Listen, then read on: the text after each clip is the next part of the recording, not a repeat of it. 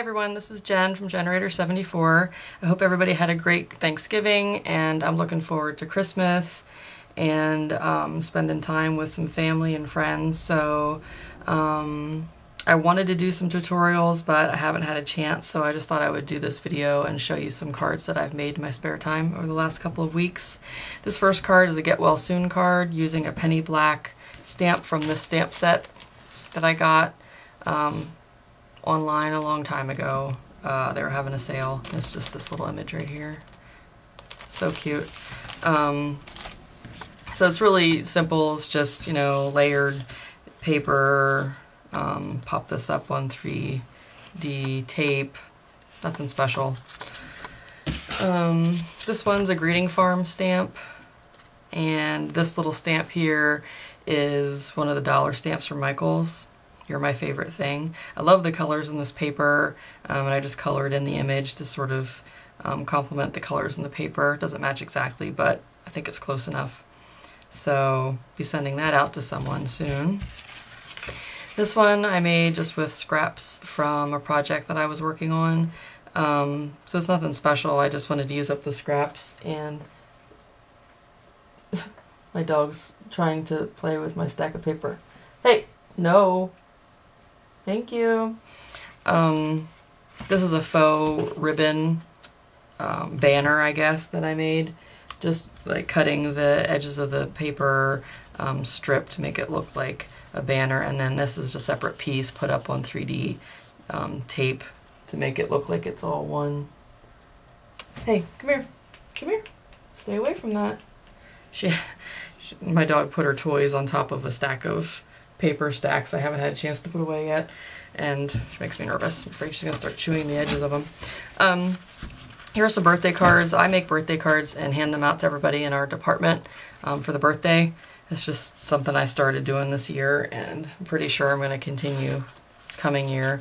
And I got some new distress inks on Black Friday, and I finally got the distressing, or the blending tool thingy. I don't know what you call it. This.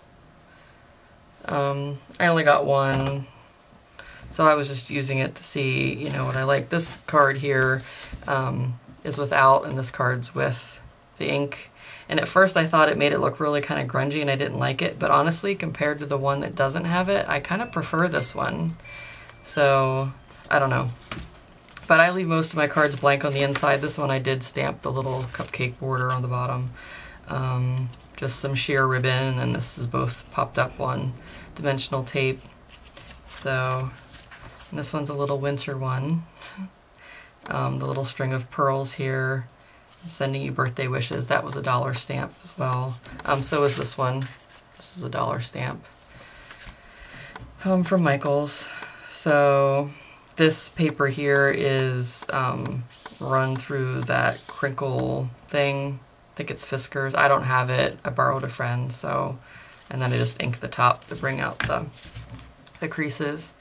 More birthday. It's that same little image from the first card, and then I put what are they? Perfect pearls on there to make it look like a pearl in her flower, and then that same dollar stamp. And this is just some floss.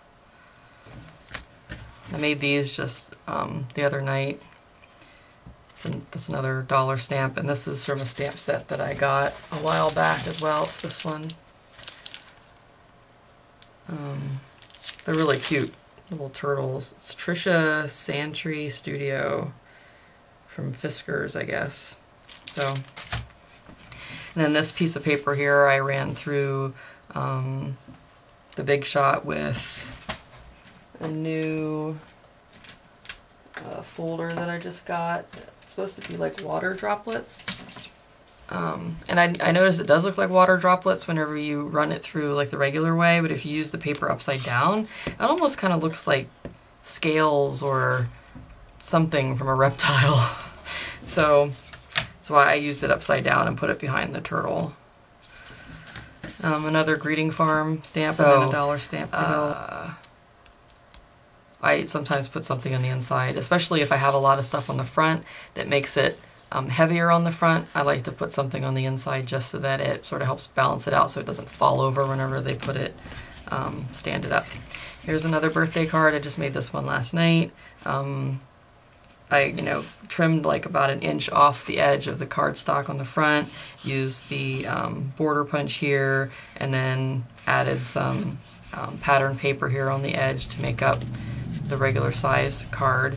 These are all A2 size cards, so 4 1/4 by 5 1/2. Just cut a piece of paper here, wrap some ribbon around it, ink the edges, embossed with the swirls embossing folder. This is another dollar stamp from Michaels I just got, stamped it, matted it. I put it up on 3D on top of the mat and then also on top of that, so there's 2 layers of dimensionals there. And then just made a little ribbon with the happy birthday, which is from a stamp set that I have, I don't remember which one.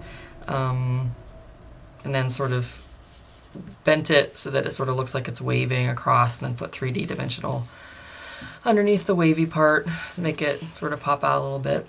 So, and then this one is similar to the other one. I just don't have a happy birthday on the front. Sometimes I do, sometimes I don't put the sentiment on there. I actually make quite a few cards without sentiments on them, which is these, or some of those. That way I can give them for any reason. I can use it as a birthday card, or I can do, just because I want to send a card, to send a note to someone. That way they're sort of more versatile to me if I make them up ahead of time. So this one is, it's another penny black stamp that I got a while back. It's a wood-mounted rubber stamp. And again, I put some paper on the inside of this one just because it was so heavy on the front with the ribbon and the larger stamp on the front. So just colored her in. Now she is harder to color in because she's so skinny and everything is so tiny on her that I had to use like my fine tip Sharpies, because I don't have Copics and I probably never will because I personally just think they're too expensive. And I like to spend my money on paper and other things that I don't really need. So I use the Bic Market markers, I use colored pencils, and Sharpies. So on here again I had to use the fine, the ultra fine, the skinny ones, so that I could stay within the lines there. This is just a really simple one. I actually made this one for like a sympathy card. I hate making sympathy cards, obviously, because it's not a happy occasion. But I try to make a few up that could be used as sympathy cards, just in case. That way, it's easier for me to do ahead of time whenever there isn't really a need for it, just because I don't have that person like in mind, and it seems to go easier and faster. But if I try to make one when I have them on my mind and thinking about what they're going through, it tends to be sort of a painful thing, and I would rather concentrate on what I'm writing inside the card. Yeah, so anyway, and again, this one I just put some yellow paper in the inside just because I thought it sort of helped brighten it up a little bit, and it wasn't quite so blah.